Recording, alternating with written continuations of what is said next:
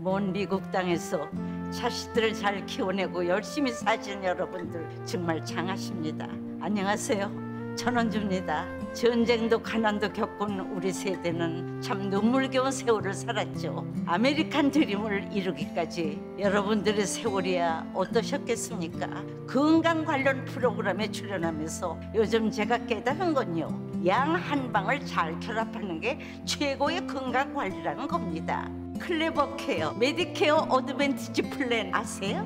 양방과 한방의 좋은 혜택들을 쏙쏙 뽑아서 제공해주는 똘똘한 플랜이더군요. 우리 한인의 건강 문화도 이해하고 실력 있는 한국 의사와 전문의를 척척 연결해 준다니 얼마나 똘똘합니까? 이제 우리도 똘똘한 클레버 케어 플랜으로 150까지만 사십시다.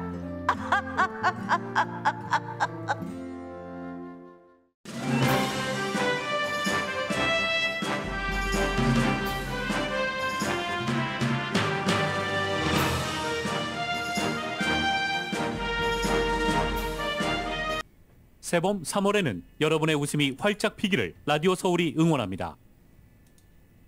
강혜신의 오늘의 미국.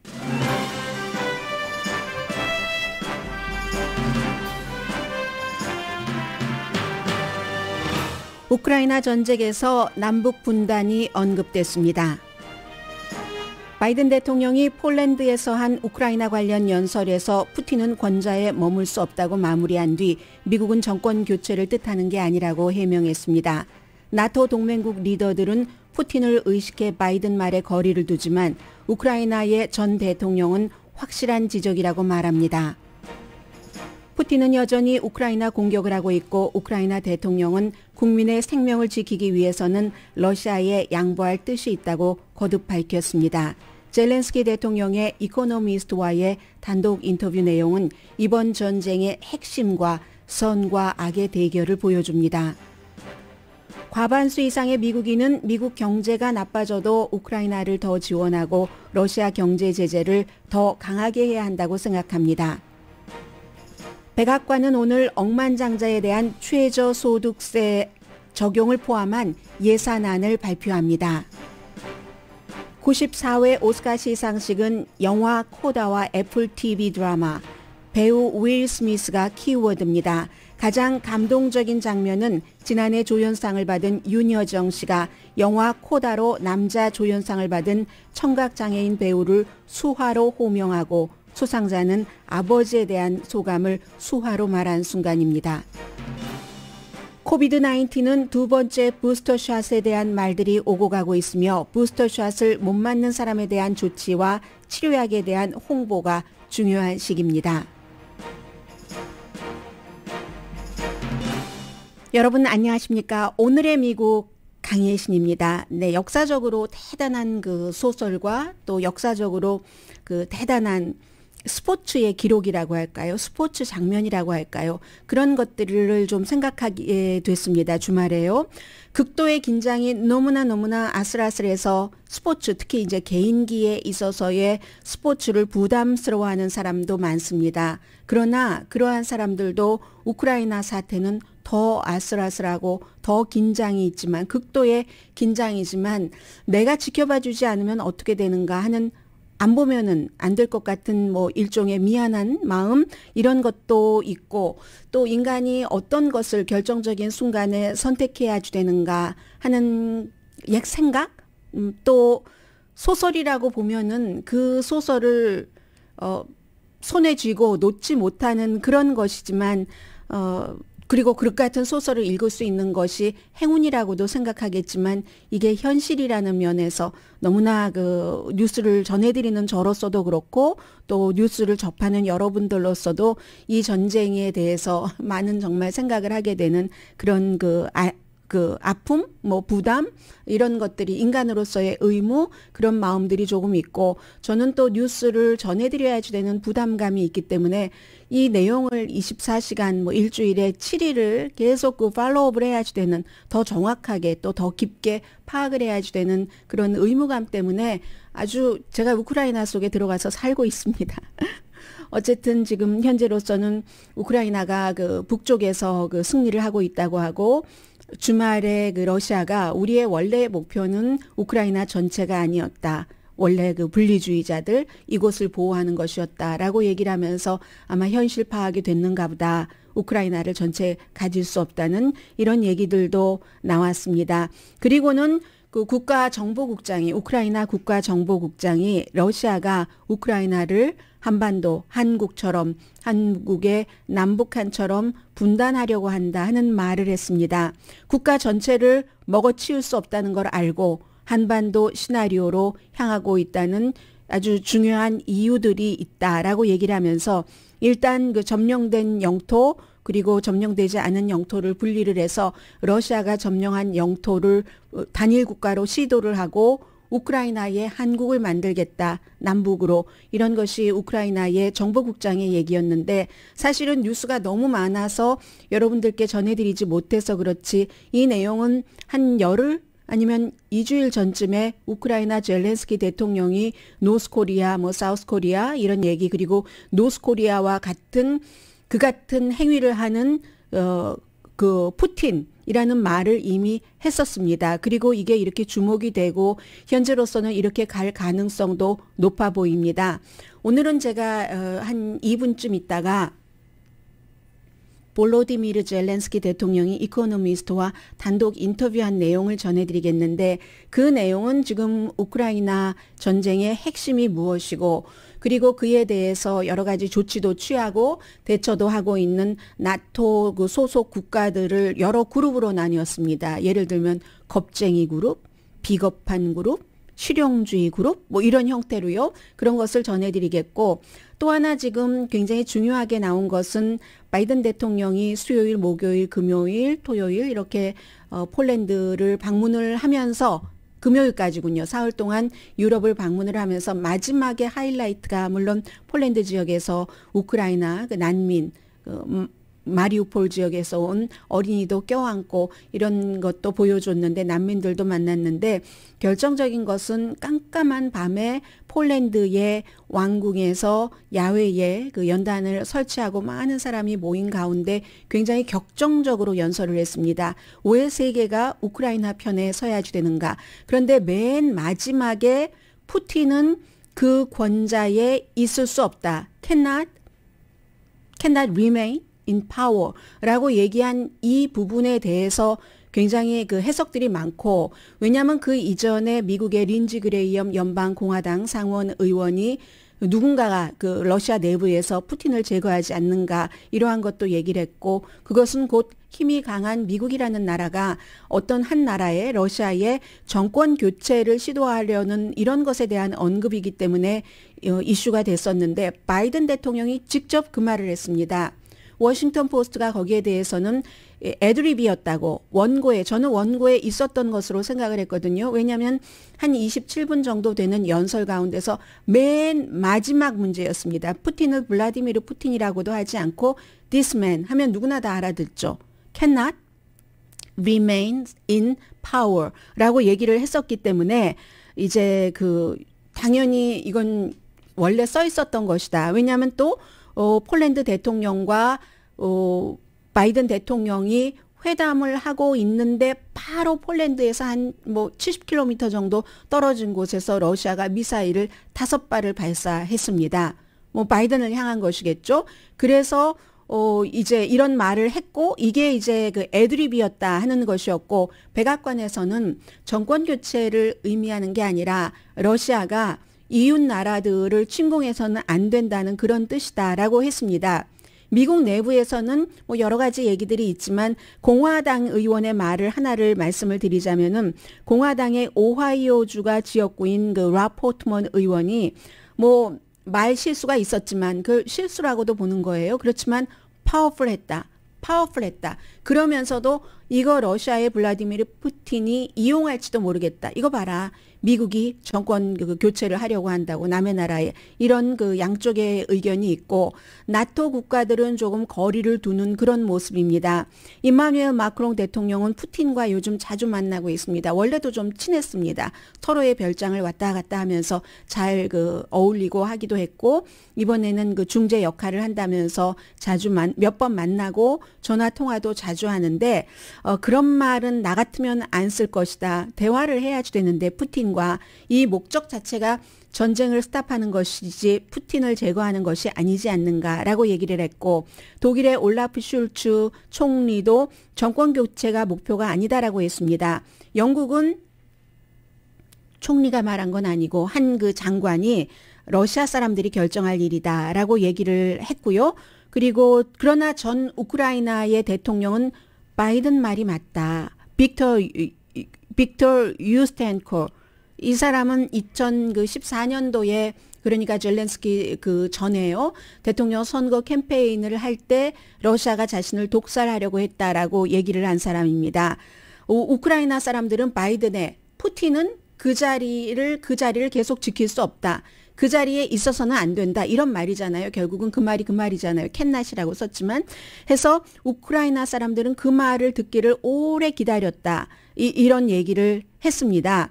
아무튼 현재도 러시아는 우크라이나를 강하게 공격하고 있고 홀로코스트 메모리얼도 불태웠습니다. 하르키브에서. 그러나 수도 키브 주변에서는 지금 일부 병력을 원래 있었던 벨라루스 쪽으로 그 우크라이나 북쪽 국경으로 재편성한다는 이런 얘기도 들려오고 있습니다. 그리고는 젤렌스키 대통령이 우리나라가 이 평화 협상을 맺을 수 있다면 중립국으로 가는 것도 그 평화 협상에 논의되는 것이 가능하다라고 얘기하면서 오늘 이제 다시 평화 협상이 시작이 되고 젤렌스키 대통령은 푸틴 대통령과 직접 만나자는 것을 굉장히 강조를 하고 있고 터키가 또 중재를 시작합니다. 지금부터는 젤렌스키 대통령이 이코노미스트와 단독 인터뷰한 내용을 전해드리겠습니다. 이 기사가 여러 가지로 나왔는데 저는 중심적인 부분만 전해드리겠고 어떻게 젤렌스키 대통령을 인터뷰하러 가는 길 평소에는 10분이면 들어갈 수 있는 곳이 1시간이 걸렸고 다 신원 확인이 됐는데도 불구하고 여러 가지 분위기도 따로 전했는데 핵심 내용만 전해드리겠습니다. 우크라이나가 왜 러시아에게 이겨야지 되는가라고 제목을 붙였습니다. 젤렌스키 대통령은 전쟁을 원하지도 않았고 전쟁에 대해서 준비하지도 않았는데 이제야말로 국민이 리더다 하면서 본인이 그 코미디 프로그램이 국민의 종, Servant of People 이런 것이었잖아요. 그런데 정말로 그 코미디 본인이 출연했었던 그것만큼 국민의 그 시종이 되고 있다 현실에서. 그리고 맨 앞에 이 이코노미스트의 기자가 그 인터뷰를 하는 그 내내 보면은 정말 진정성으로 말하는 것이 분명했다라고 얘기를 했고요.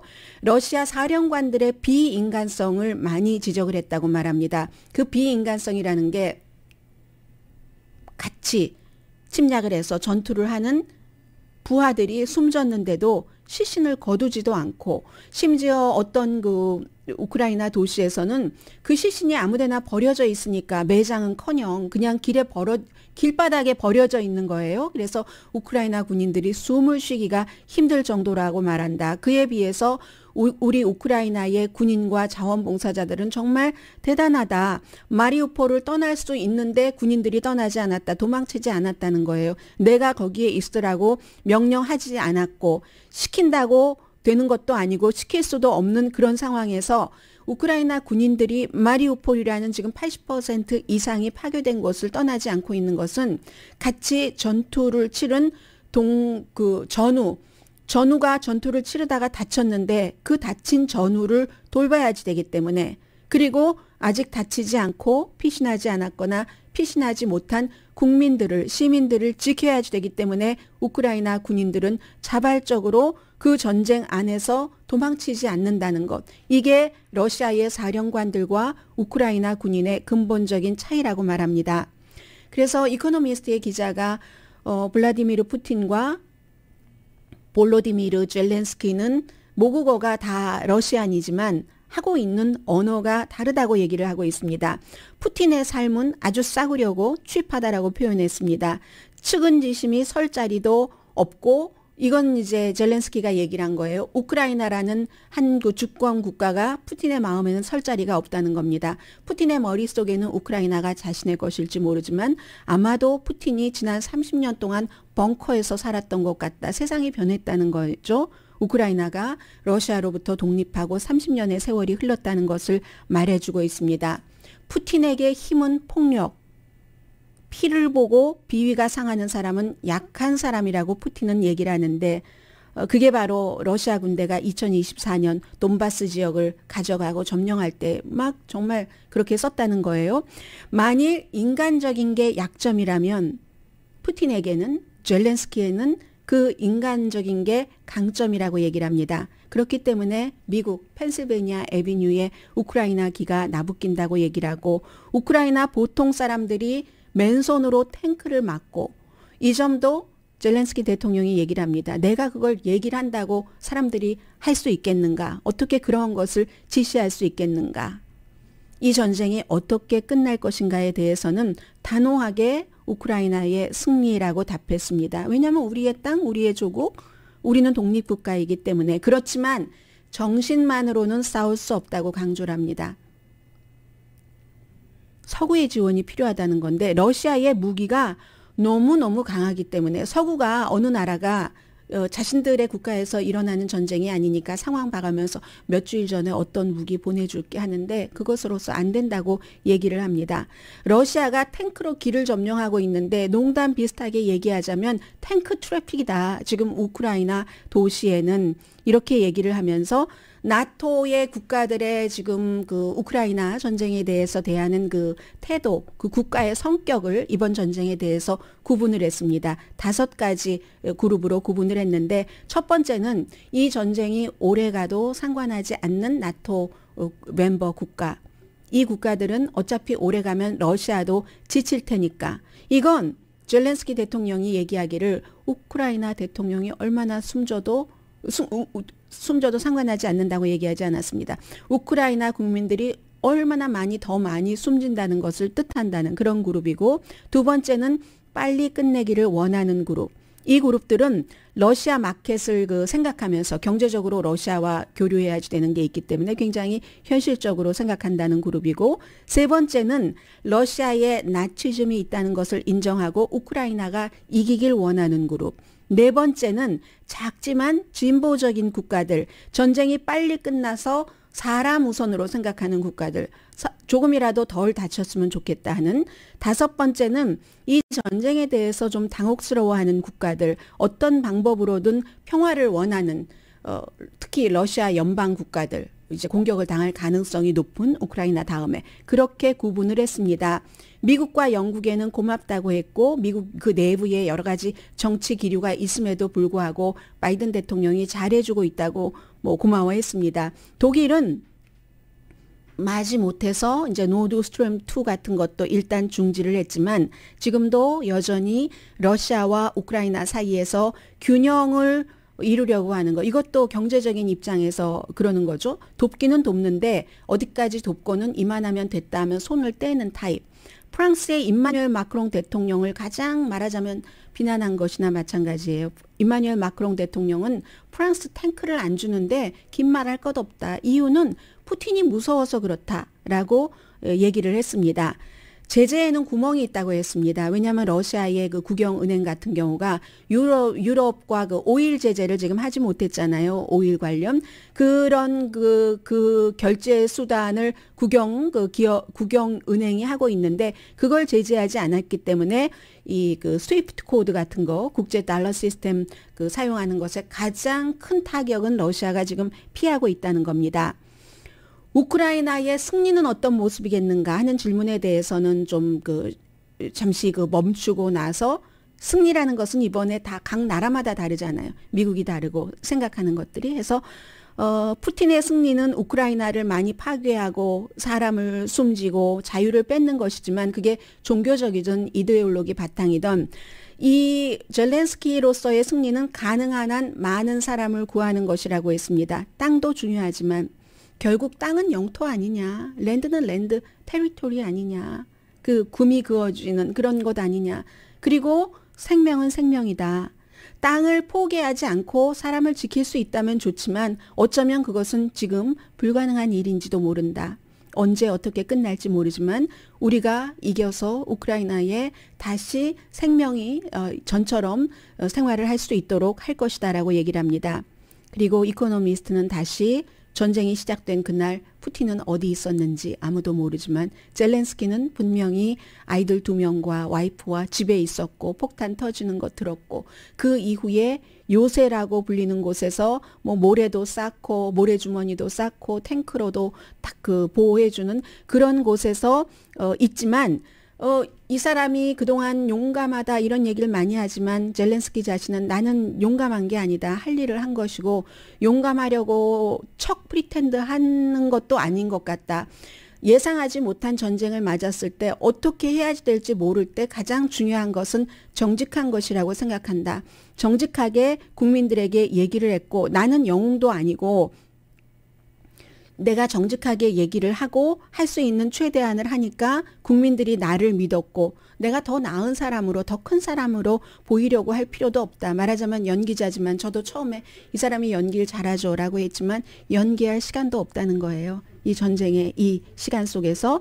해서 푸틴의 세계에서는 정직함은 약한 것으로 보지만 그래서 푸틴의 힘은 비밀, 기만에 기인하고 신비스러운 뭐좀 안 보이니까 그리고 이제 권력 숭배이지만 이 사람은 젤렌스키는 요새라고 불리는 곳에서 그의 강함은 솔직한 것 그리고 굉장히 그 개방적이어서 사람들 주변 사람들 전투 자체는 그 군 전문가들에게 맡긴다는 거예요. 이 사람은 이 벙커에서 요새에서 다른 할 수 있는 것을 대통령으로서 한다는 얘기입니다. 그런데 굉장히 개방적이고 전문가들의 의견을 들어서 반영하는 그 능력이 있다. 그게 보통 사람들이 다 갖고 있는 능력 아니냐? 이코노미스트는 그렇게 표현을 합니다. 맨 마지막에 이 젤렌스키 대통령을 단독 인터뷰를 하고 나서 우크라이나에서 태어난 러시아의 소설가면서 이 사람 뭐 전쟁에도 참전을 했었고 저널리스트이기도 한 바실리 그로스만의 소설 중에서 한마디를 인용을 하고 있습니다. 삶과 운명이라는 영어로는 그 Life and Fate라고 번역이 되어 있습니다. 2차 대전에 관한 책인데 인간 역사는 선이 악을 이기려는 싸움이 아니다. 인간 역사는 대악마가 작은 그 인간의 선함을 부수려고 하는 전투다. 그런데 인간이 인간적이라면 그 악은 절대로 인간을 선을 정복할 수 없다. 이렇게 마무리했습니다. 그러길 바랍니다.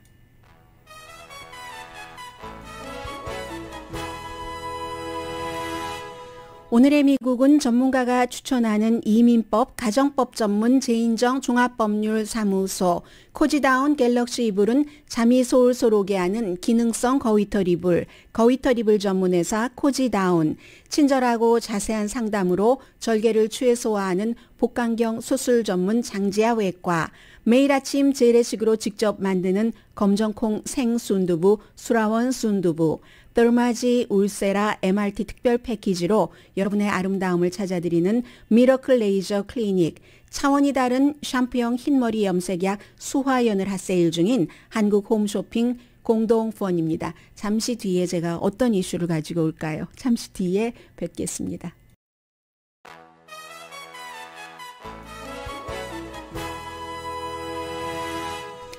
라디오 서울 방송 오늘의 미국 듣고 계십니다.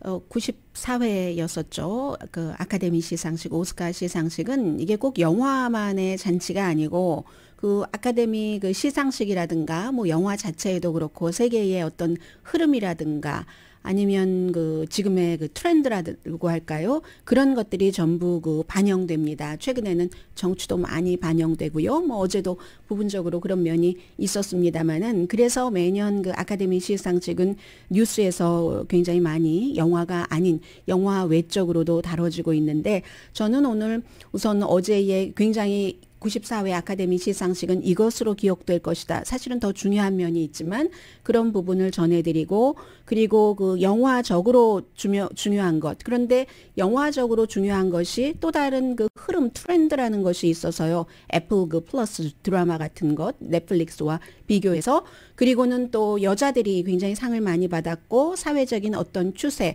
그리고 맨 마지막에 가장 그 감동적인 어떤 장면으로 대부분의 전문가들이 꼽고 있는, 거기에 윤여정 씨가 또 들어가요. 그런 순서로 전해드리겠습니다. 먼저 최악의 장면은 윌 스미스라는 그 배우가, 아프리칸 아메리칸 배우가 크리스 락이, 그 코미디언 크리스 락이 어제 깜짝 등장을 해서 사람들에게 막 농담을 하면서 윌 스미스의 그 와이프에 대해서 뭐 헤어가 그 빠지는 것 같은 이런 것을 그 전에 나왔던 영화를 이렇게 그 빗대서 농담을 했거든요. 그 G.I. 제인에 나오는 것처럼 헤어가 보인다 했는데, 이게 사실은 그러자 처음엔 웃었어요. 윌 스미스도 웃고 하다가 갑자기 시상식 위로 올라가서 한 방 그냥 얼굴을 주먹으로 쳤습니다. 라이브로 중계됐는데, 그 다음에 사람들은 텔레비전이 고장난 줄 알았죠. 미국에서 본 사람들은 얘기가 안 나왔는데, 저는 그 일본에서 일본말로 번역하는 것을 들었고, 호주에서도 그대로 방영됐다고 하더군요. 서로가 아니라 윌 스미스가 그 입에서 내 와이프 이름을 올리지 말아라라고 얘기를 하고 했는데, 이 장면을 보면서 많은 사람들은 윌 스미스를 쉽게 욕하기 쉬웠는데, 그런데 윌 스미스의 아내가 지난해에, 유명한 사람이죠, 아내도 지난해에 탈모증이 있다고 그 고백을 했었거든요. 그 사람에게 탈모증, 여자 배우에게 탈모증, 이런 건 대단한 것이잖아요. 그래서 이제 그런 일이 있었고, 나중에 이제 그 윌 스미스가 한 30분쯤 뒤에 영화로 주연상을 받게 됐습니다. 킹 리처드로 주연상을 받으러 올라가서 한 얘기가, 이 영화가 이 세레나 윌리엄스, 비너스 윌리엄스의 아버지, 어떻게 그 딸들을 그 테니스 그 최강자로 키우기 위해서 그런 거잖아요. 그래서 뭐라고 얘기를 했냐면, 아카데미 동료와 다른 그 후보들에 대해서는 사과했지만 크리스 락에 대해서는 사과하지 않았습니다. 예술은 삶을 모방한다. 내가 미친 아버지처럼 보이지만 그 사랑이라는 게 사람을 미치게 한다라고 얘기를 했습니다. 그리고는 농담 삼아서 오스카가 나를 다시 초대하기 바란다 했는데, 많은 사람들은 그 윌 스미스를 비난을 했고, 그러나 크리스 락이 뭐 이렇게 그 경찰 리포트를 하지 않는다고 하니까 법적으로 처벌받지는 않을 것 같아요. 티파니 헤디이시라는 역시 아프리칸 아메리칸 여성 배우는 이렇게 말합니다. 나는 아프리칸 아메리칸 여성으로서 사람에게 보호받지 못한 경험이 있기 때문에 윌 스미스의 그 행동을 안다. 블랙 남자가 자신의 와이프를, 블랙이에요 역시, 보호하려고 할 때 그것 사람들은 몰라도 나는 알아, 가장 아름다운 순간이라는 뭐 이런 얘기를 했습니다. 그래서 생각에 따라 다른 것이고요. 그리고 우크라이나 그 대통령의 보좌진은 여기서 비디오로 한마디 하기를 굉장히 원했지만 너무나 정치화된다 하는 것을 피하고, 여러 가지 있잖아요. 또 영화도 러시아 시장을 봐야지 됩니다. 러시아 시장을 통해서 돈을 많이 버는 제작자나 영화 배우도 무척 많이 있습니다. 중국과 마찬가지로. 이런저런 이유로 젤렌스키가 직접 나와서 얘기하지 못했지만, 오스카 측에서는 세 개의 이 무슨 뭐 네모 박스로 우크라이나에서 힘든 사람을 돕겠다라고 하면서 거긴 러시아 이름도 들어가지 않았고 침공이라는 말도 들어가지 않았습니다. 그 정도로 마무리했고, 두 번이나 아카데미 주연상을 받은 션 펜은 지금 폴란드에서 우크라이나 이 전쟁에 대해서 다큐멘터리를 만들고 있습니다. 그 사람은 젤렌스키 대통령을 초대하지 않는다면은 여러분 보이콧 해야지 돼 했는데 아무튼 이렇게 됐어요. 그런 점이 있고, 또 하나는 여우 조연상을 받은 아리아나 드보스, 웨스트 사이드 스토리를 영화로 만들어서 스티븐 스필버그가 만들었고 여우 조연상을 받았는데, 이 여성은 그러니까 본인이 나는 꼭 뭐 같은 성에 대해서만 사랑을 느끼지 않아, 레즈비언이라고도 부르지 않고 그 퀴어라고 또 다른 단어를, 그것보다 더 넓은 단어를 쓰고 있는데, 오픈리 라티나 중에서 처음으로 내가 이런 사람이야 하고 나타난 사람이고 여우 조연상을 받았는데, 웨스트 사이드 스토리로 62년 전에 그 리타 모레노라는 라티나가 또 받았기 때문에, 이런 여러 가지 당신의 정체성에 대한 의문을 가진 적이 있는 사람, 회색지대에 살고 있는 그런 사람들에게 말합니다. 여러분이 설 자리가 있습니다. 우리가 살 곳이 있습니다. 이런 얘기를 했고요. 감독상은 넷플릭스에서 최다 후보 12개가 후보에 올라서 딱 하나만 받았어요. 감독상 하나. 이 넷플릭스의 The Power of the Dog이 웨스턴 무비가 작품상도 받을 것이라고, 많은 상을 받을 것이라고 사람들이 예상했는데 감독상 여자입니다. 그래서 여자로서 세 번째 제인 캠피온이라는 여성이고 12개월 만에 지난번에 그 노매들랜드에서 이 클로이 자오가 첫 번째 유색 인종이고 또 여성으로서 두 번째 받았고 2010년도에 하드와커의 그 전쟁에서 지뢰 제거하는 그 캐틀린 비글로우가 처음 받고 지금 세 번째 받았는데 그게 이제 굉장히 주목받고요. 30년 전에 피아노라는 많은 한국 분들이 좋아하시는 영화로 후보에 올라갔지만 그 해에는 쉰들러스 리스트를 어떻게 당하겠습니까? 스티븐 스필버그가 받았죠. 그런데 어제 정말 묘한 게 웨스트 사이드 스토리가 스티븐 스필버그가 했고 같은 그 후보에 올라갔는데 30년 뒤에 스티븐 스필버그가 아닌 이 여성 감독이 받은 이제 이런 기록이 있고요. 제인 캠피언이. 그리고 이제 최우수 작품을 말씀드리겠습니다. 넷플릭스가 파워 오브 더 덕을 12개 후보에 올렸지만 애플 플러스 그 드라마는 넷플릭스보다 훨씬 늦게 출발을 했고 코다라는 작품은 3개 후보에 올라갔습니다. 그런데 작품상도 받고 남자 조연상도 굉장히 의미가 있었는데 이 코다라는 그 영화는 사실은 그 프랑스 굉장히 그 코믹하게 했었던 그 영화를 리메이크한 겁니다. 부모는 청각장애인인데 딸은 청각장애인이 아니에요. 이 가족에서 유일하게. 그리고 이제 그 노래에 대한 그 열정과 꿈이 있고 그런 그 스토리인데 이 작품이 돈도 많이 들이지 않았어요. 사실은 뭐 2,500만 달러 그리고 아직 애플 플러스에 제가 찾아보는데 안 나오는 거 보니까 없고 극장도 별로 그 많은 극장에서 상영하지 않았고 그런데 넷플릭스를 제치고 애플 그 플러스 그 드라마가 먼저 받은 겁니다. 물론 넷플릭스가 깔아놓은 길을 간 거죠. 그리고 언젠간 넷플릭스도 받았겠죠. 넷플릭스가 2019년도에 로마라는 아주 긴 그 영화로 사람들이 다 그 영화 받는다 했을 때 못 받았을 때 뭐라고 얘기했냐면 아카데미 이 투표권을 가진 사람이 아직은 이런 스트리밍 서비스 원래 그 영화 큰 제작사가 아니라 그런 곳에 상을 주기를 원치 않아라고 얘기를 했었거든요. 그런데 이제는 태도가 바뀌었는가? 그리고 저는 사실은 그 해에 그 상을 받은 그린북이라는 그 영화가 훨씬 좋기는 했습니다. 그랬는데 지금 이제 3년의 세월이 흐르고 스트리밍 서비스가 제작을 한 이 영화가 받았다.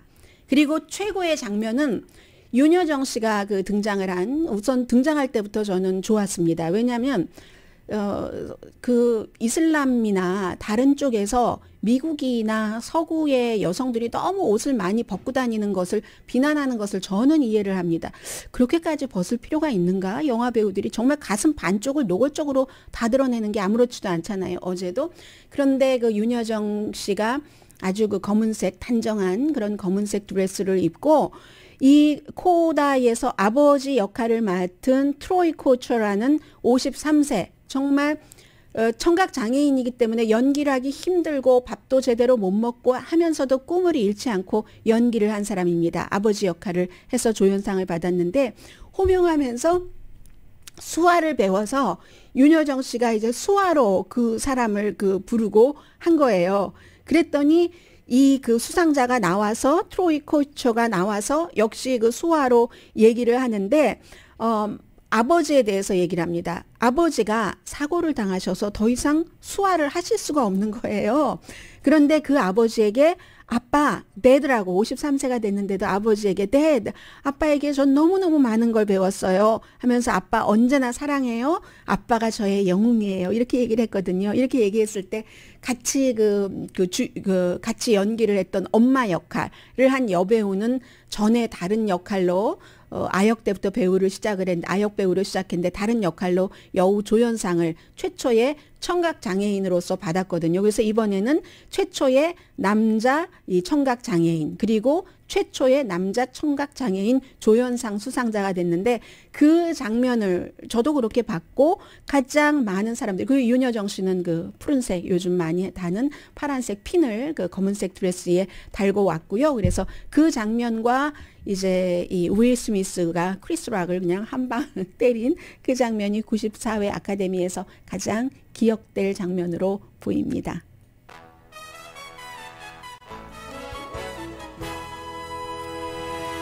라디오 서울 방송 오늘의 미국 듣고 계십니다. 시간이 없어도 이 말씀을 드리고 가야지 되겠어요. 저는 어떤 때는 저뿐만이 아니라 많은 분들께서 여러분들께서 다 알고 계신다라고 생각을 하고 그리고 뭔가를 전해드려야지 될 내용이 많기 때문에 줄여 나갈 때 다 알고 계신다고 생각하는 부분을 무의식적으로 말씀을 안 드리는 것 같아요. 사실은 드렸어야지 되는데 윤여정 씨가 왜 이 코다의 남자 배우를 소개를 했는가 다 알고 계시는 것처럼 지난해 미나리로 여자 조연상을 받았기 때문에 그렇게 된 거죠. 그리고 지금 메릴랜드와 조지아, 커네디컷 등이 가솔린 세금 부과를 중단한다. 그러면 이제 다른 주들도 조금 따라간다 하는 얘기 들리고 있고요. 오늘 백악관에서 발표를 할 텐데 내년도 예산안에 억만장자에게 최저소득세를 20%로 부과하는 안이 포함되어 있답니다. 워싱턴 포스트와 팍스뉴스가 이제 미리 이것을 입수를 해서 보도하는데 내용 보니까 똑같았어요. 억만장자가 평균 사람들보다도 세금을 적게 낸다는 거죠. 왜냐하면 자본소득세 뭐 이런 주식 투자하고 번 돈은 팔기 전까지는 안 내도 되고 뭐 이런 거 있잖아요. 그리고 그것도 이것저것으로 돌려서 세금 안 내고 하니까 보통 결혼한 커플이 2022년도에 두 사람이 합쳐서 세금 보고를 할 때 연수입이 64만 7,850달러 이상이었으면 세금을 37%를 냈는데 이렇게 억만장자들은 세금이 뭐 20%도 안 내는 경우가 허다하다는 겁니다. 그래서 만약에 다른 것으로 20% 이상을 내고 있으면 오케이. 아니면 20%까지는 내게 한다 하는 거거든요. 이렇게 되면은 만약에 이게 제대로 의회에서 반영이 되고 하면은 20%까지 내겠죠. 적어도 알아서 맞추겠죠. 그런데 이게요. 억만장자에게라고 말씀을 드렸잖아요. 억만장자에게 세금을 기본적으로 보통 사람이 내는 것만큼은 내게 한다 하면은 유권자들은 좋아합니다. 그런데 워싱턴 정치인들은 싫어하는 사람이 많습니다. 특히 공화당. 백악관에서 이렇게 세금을 내게 하면 앞으로 10년 동안 10억, 100억, 1000억, 3,600억 달러 세금 수입이 있을 것이다 라고 계산을 하고 있습니다. 그리고 이 내용은 여론이라는 것이 얼마나 좀 약간의 모순을 갖고 있는가 하는 것을 보여주기도 하고 그렇다고 여론을 완전히 무시할 수도 없고 하는 그런 면을 보여주는 여론조사 결과입니다. 여론은 여론이니까 일반 사람들은 아주 모든 면에서 정치적이고 외교적이고 논리가 100% 확립됐거나 이렇진 않으니까 기분이 많이 좌우하니까 이 같은 여론조사 결과가 나온다고 생각이 되는데요. 우크라이나 지원은 인도주의적인 것뿐만이 아니라 군사 지원도 당연히 해야지 되고 미국 경제에 해가 돼도 러시아에 제재를 더해야지 된다 하는 게 이제 요점이거든요. 그 뒤에 이제 다른 무기 사용에 대해서 나오고 56%가 68%는 지금까지는 그럭저럭 러시아에 대한 제재가 괜찮은데 그런데 약하다. 더 해야지 된다는 겁니다. 이게 56%였고요. 심지어 55%는 거의 비슷하죠. 최대의 제재를 해야지 된다. 미국의 경제가 힘들어도 이제 이게 나중에 상충되는 부분이 있는 건데 82%는 우크라이나에 대한 인도적인 차원의 지원을 지지하고 67%는 미국이 난민 받아야지 된다. 이미 발표를 했어요. 10만 명은 받는다고. 그런데 이게 뭐냐면 65%가 같은 조사에서 바이든 대통령이 경제에 대해서 하는 것을 지지하지 않는다고 답변을 했습니다. 그런데도 미국 경제에 해가 된다 하더라도 러시아를 더 제재하라는 거잖아요. 이게 참 모순이 있는 얘기다 말씀을 드리고요. 그리고 바이든의 지지율은 새롭게 더 낮아졌습니다. 이건 이제 또 다른 여론조사. 제가 앞서 말씀드린 것은 오늘 아침 발표된 AP의 여론조사 결과고요. 주말에 MBC 방송이 여론조사를 했더니 같은 여론조사에서 한 결과 최저인 40%가 나왔고 63%가 경제 핸들을 지지하지 않는다. 51%는 외교 정책을 지지하지 않는다 하는데 이것도 약간 이상하죠. 지금 우크라이나에 대해서 대체적으로 잘한다고 하고 그러므로 민주당이 11월 선거에서 이제까지 생각했었던 것보다는 조금 나을 수도 있겠네라고 얘기를 하는데 여전히 또 51%가 외교 정책을 지지하지 않는다는 게 나오거든요. 해서 여론조사는 항상 정치인들도 좀 섞어서 봐야지 된다. 이런 얘기요. 그리고 47%의 미국 사람들이 미국이 러시아와 전쟁을 할 것 같아 이렇게 생각을 하고 71%는 러시아가 세계 어느 나라에 쓰던 뭐 어디에 쓰던 핵무기를 사용할 것 같다. 이런 답변을 했습니다. 자, 잠시 뒤에 코비드 19에 대해서 말씀드리겠습니다.